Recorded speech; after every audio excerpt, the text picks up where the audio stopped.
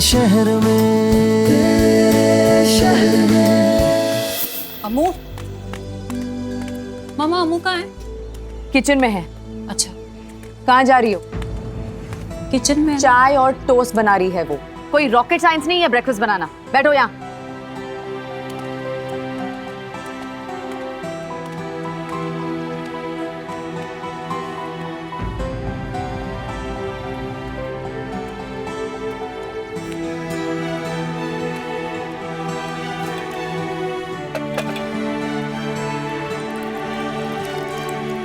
रहने दो, तुम्हारी वजह से ऑलरेडी बहुत कुछ हो गया है। हटो, मैं कर दूंगी।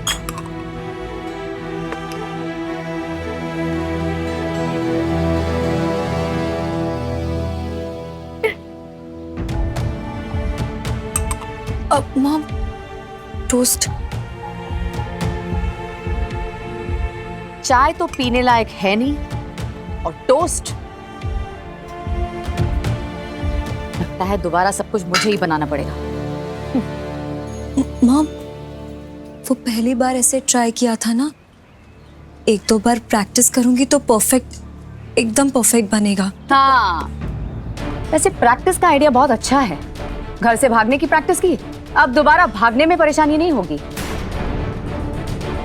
बिजली चुराने की प्रैक्टिस की, अब दोबारा उसमें भी परेशानी नहीं होगी। ये तुम लाइफ में बार बार अगली बार कहती रहो, लोग तुम्हें चांस देते रहे और तुम उल्टे सीधे काम करती रहो, है ना? हाँ, सॉरी मॉम। तुम्हारी वजह से मैं बहुत जलील हो चुकी हूँ, अब और नहीं, बस बहुत हो चुका।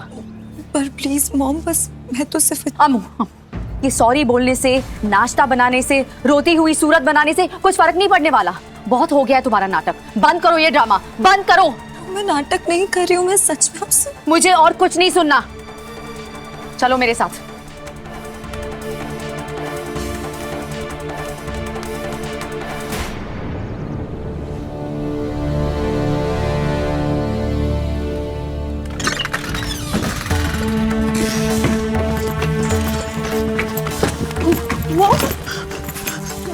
मॉम क्या कर रहे हो? अरे मुंबई जाना है ना तुम्हें, तुम्हारी पैकिंग करना बहुत जरूरी है। ये देखो, इतने सारे कपड़े यहीं पर छोड़कर जा रही थी, पर कोई नहीं अमाया। अब मैं तुम्हारी पैकिंग अच्छे से कर देती हूँ। प्लीज मुझे माफ कर दीजिए। I am really sorry, please आप ये मत करिए। अरे नहीं मिस अमाया, माफी मुझे मांगनी चाहिए। I am sorry. तुमने कितनी बार मुझसे कहा था कि बनारस तुम्हारा शहर नहीं है, लेकिन मैं समझ नहीं पाई ना। तुमने तो ये भी मुझसे कहा था कि मुझे तुम्हारे डैड की तकलीफ, तुम्हारी तकलीफ, डैड का दर्द नहीं दिखाई दिया, लेकिन अब और नहीं, मैं सब समझ गई हूँ अमाया। मेरा वो मतलब नहीं था, मैं कभी ये नहीं कहना चाहती थी। और पर चिट्ठी में तुमने यही लिखा था, और मैं नहीं चाहती कि दोबारा मजबूरी में तुम्हें कोई चिट्ठी लिखनी पड़े यहाँ से जाने के लिए। मेरी समझ में आ गया है कि तुम अब बड़ी हो गई हो, समझदार हो गई हो, अपनी जिंदगी के फैसले खुद ले सकती हो। तुम अच्छे माँ बाप अपने बच्चों के डिसीजंस को सपोर्ट करते हैं, और मैं एक अच्छी माँ हूँ अमाया। मैं सारी बातें समझ गई हूँ अच्छी तरह से। मैं बहुत बड़ी स्टूपिड थी जो मैंने इतनी बड़ी गलती की। मॉम, अरे हाँ, मैं समझ रही हूँ तुम्हारी प्रॉब्लम क्या है, पर अब मैंने तय कर लिया है ना कि तुम्हें कोई तकलीफ नहीं होगी। तुम आराम से मुंबई जा सकती हो, उसका इंतजाम भी मैंने अच्छी तरह से कर लिया है। एक मिनट, मैं अभी आई।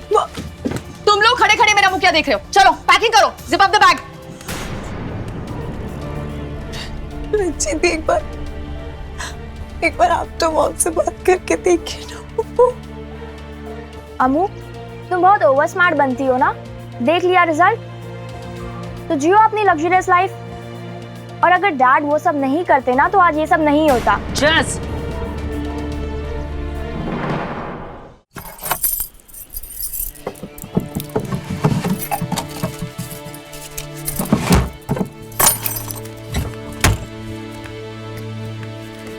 ये लो माया, आधे पैसे मैं यहाँ बैग में रख रही हूँ और आधे तुम्हारी पर्स में। ये रखो, तुम्हारे पास रहेंगे, सेफ रहेंगे। ठीक, पैसे नहीं चाहिए मॉम। अरे हाँ माया, ऐसा क्यों? मैं जानती हूँ ये पैसे तुम्हारी नीड से थोड़े से कम है, पर तुम चिंता मत करना। जैसे ही तुम मुंबई पहुंचोगी ना, मैं बाकी के पैसे भी भेज दूंगी। इस वक्त मेरे पास थोड़े से कम पैसे हैं ना, पर हम जैसे तैसे गुजारा कर लेंगे। तुम्हें उसकी टेंशन लेने की कोई जरूरत नहीं है। और हाँ, मैं बताना भूल गई, नहीं चाहिए पैसे। मुझे बहुत बुरा लग रहा है।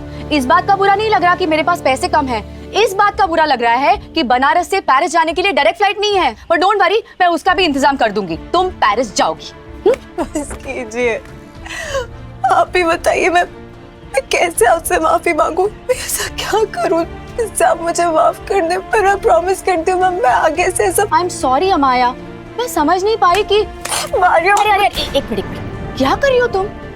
अगर थप्पड़ के लिए तुमने पुलिस में कंप्लेंट कर दी तो मुझे जेल हो जाएगी ना, और मेरे बिना जैज और रचिता क्या करेंगे? नहीं मॉम, आपको हक है क्योंकि मैंने गलती की है। आपको जितना गुस्सा करना है आप कर लीजिए, पर प्लीज ऐसा मत करिए, मुझे कहीं मत भेजिए। गुस्सा? मैं गुस्सा नहीं हूँ। गुस्सा हूँ मैं गुस्सा नहीं हूँ बेटा।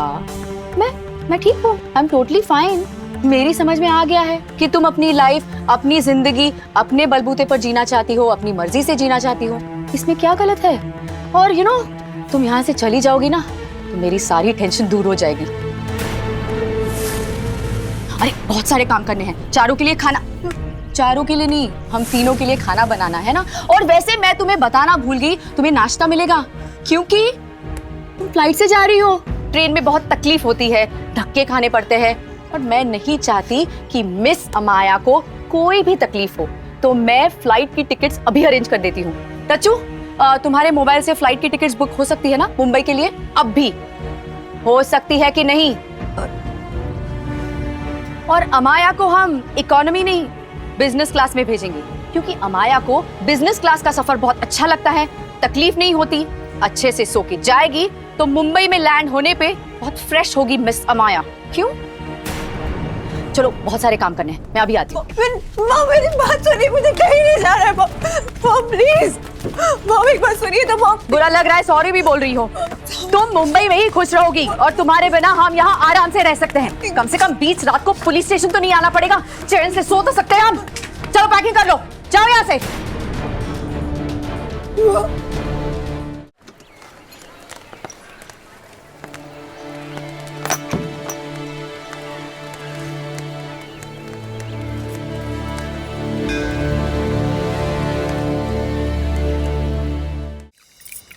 आप फिर से चाय बना रहे हैं कृपा भैया? सवेरे से कितनी बार बना चुके हैं? का बताए बहू जी, 3 बार मालिक के लिए चाय लेकर गए, तीनों ही बार दरवाजे से ही लौटा दिए। अब 10:30 बजने को आ गए और मालिक अभी तक कमरे से बाहर ही नहीं आए। पहले तो कभी ऐसा नहीं हुआ। कल जो हुआ वो भी तो पहले कभी नहीं हुआ। मुझे लगता है भैया बाबूजी की तबीयत ठीक नहीं है, आप चाय मत लेके जाइए वरना वो डिस्टर्ब होंगे। बहू जी 40 साल में पहली बार देख रहे हैं, उनका तबीयत चाहे कितना भी खराब हो मगर वो सूरज उगने से पहले उठ जाते हैं। नहीं, हमारा दिल नहीं मान रहा है। एक बार फिर कोशिश करते हैं, तबीयत का कुछ तो पता चले। देखते हैं, शायद मालिक अब चाय पीने के लिए हाँ बोल दे। ठीक है मालिक, अब तो चाय पी लीजिए, 10:30 बजने को आया है। कृपा हम बाद में चाय पियेंगे। चाय पी लीजिए ना, आपने सुबह से कुछ खाया पिया नहीं। मालकिन, मालिक का तबीयत तो ठीक है ना? कृपा हम बिल्कुल ठीक हैं, तुम परेशान मत हो। और चाय का क्या है, जब दिल चाहेगा तुमसे कह देंगे, बना देना। जी मालिक। तेरे शहर में